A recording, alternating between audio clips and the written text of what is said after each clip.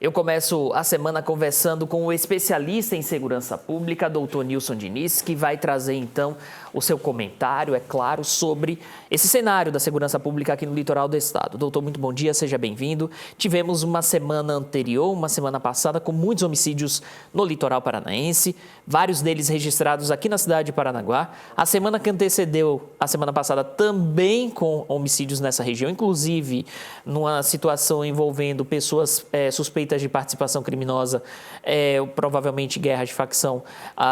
Duas pessoas inocentes foram atingidas, uma mãe e uma criança. Esse bebê, inclusive, já saiu do hospital, ainda bem. Qual o cenário, na sua avaliação, do momento da violência da segurança pública aqui no litoral do estado? Chega a preocupar, doutor? Seja bem-vindo ao BDL de hoje. Bom dia, Pierre. Obviamente, não é para ninguém interessante que nós tenhamos esse número de homicídios, de tentativas de homicídio subindo essa época do ano.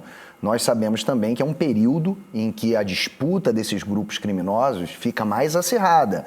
É um momento de aumento de fluxo de pessoas na região do litoral do estado, consequentemente um aumento no número da circulação de drogas ilícitas. Então, essa disputa, consequentemente, ela vem a se acirrar. Mas a reação dos órgãos de segurança pública estão acontecendo de forma proporcional. Você viu a operação realizada, houve confrontos, são criminosos que vieram a óbito aí, que são inveterados na prática de crimes, são traficantes. Então, o Estado está mostrando sua força por meio dessas operações de repressão qualificada. E o objetivo, como eu mencionei para você, principal nesse momento, é tornar esse final de ano mais tranquilo, o início de 2024, com índices criminais muito abaixo dos ocorridos em 2023. Doutor, a gente acabou de acompanhar, inclusive você já fez esse comentário, sobre a Operação Cidade Segura 4, que aconteceu na última sexta-feira na cidade de Matinhos. Na sua avaliação, é uma resposta a esse momento aqui no litoral do estado, envolvendo a criminalidade, esse momento envolvendo essa atuação de facções criminosas, e também a gente, durante o verão, ou até mesmo fora da temporada, como em outros momentos aconteceu aqui na cidade de Paranaguá em especial, podemos esperar mais operações das forças de segurança para garantir a paz nessa região? Com certeza, Pierre. As operações elas ocorrerão de forma ininterrupta, né? A partir do momento que houver a eclosão de determinado índice criminal, de determinada célula de organização criminosa, a Polícia Civil, a Polícia Militar vão atuar de forma proporcional. Então, o objetivo, como eu disse, é não deixar esses grupos crescerem, esses grupos se articularem. E é isso que está acontecendo.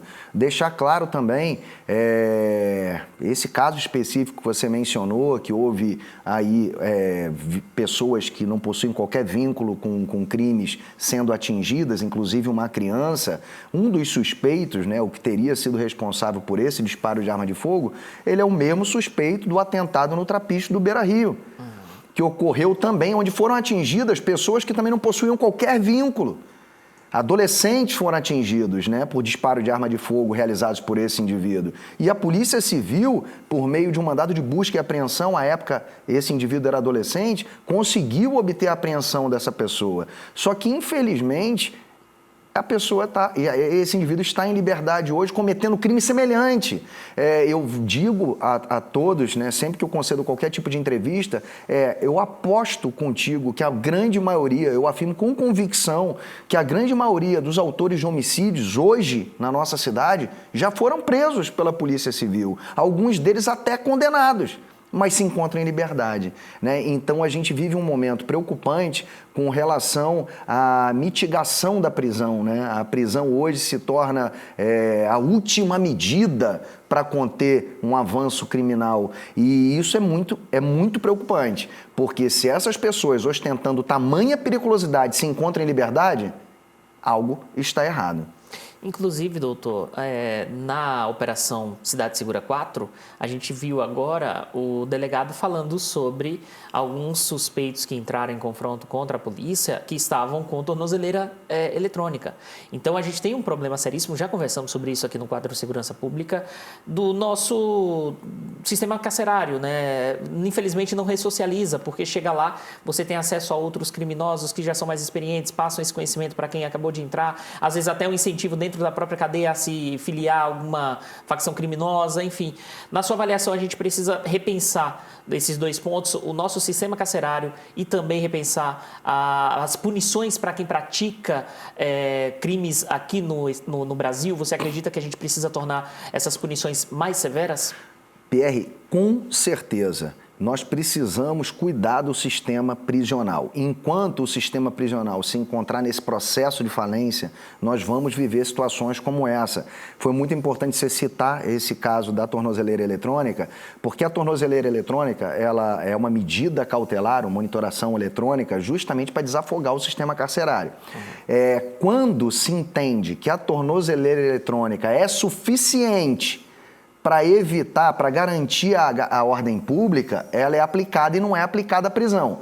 Mas o que se falar quando há um confronto entre criminosos e policiais em que 3 desses criminosos estão com tornozeleira eletrônica? E por que então foi concedida essa medida cautelar de tornozeleira eletrônica e eles não se encontram com a sua liberdade restrita? É isso que tem que ser repensado. Não se deve olhar para a tornozeleira eletrônica como algo ineficaz, não é isso que eu estou falando. Mas será que todas essas pessoas que hoje se encontram com tornozeleira eletrônica, elas merecem essa medida cautelar? Não era para elas estarem com a sua liberdade restrita? É isso que temos que pensar. Agora, doutor, falando sobre investimentos, tivemos aqui, e aí eu, claro, quero a sua opinião sobre especialista em segurança pública. Tivemos a entrega de viaturas para o Batalhão de Polícias Rodoviárias Estaduais, para o Batalhão de Polícia Rodoviária Estadual, perdão, mais de 5 milhões de reais em investimentos para esse batalhão tão importante para o monitoramento das estradas aqui do litoral do estado e de todo o estado do Paraná. Você acredita que esse tipo de investimento, ele também ajuda a coibir a criminalidade, tendo em vista que o patrulhamento deve ser mais intenso? E aí pessoas que transitam por aqui com ilícitos como drogas, armas, podem ser abordadas, podem ser presas antes mesmo de acessar o litoral do estado? Exatamente, PR. Hoje nós não podemos nos queixar dos investimentos que estão sendo realizados na segurança pública do nosso estado, né? É um grande trabalho feito pela Secretaria de Segurança Pública do Estado do Paraná, que está propiciando, né, os equipamentos necessários para que seja realizada uma atividade policial de qualidade. Isso está sendo feito.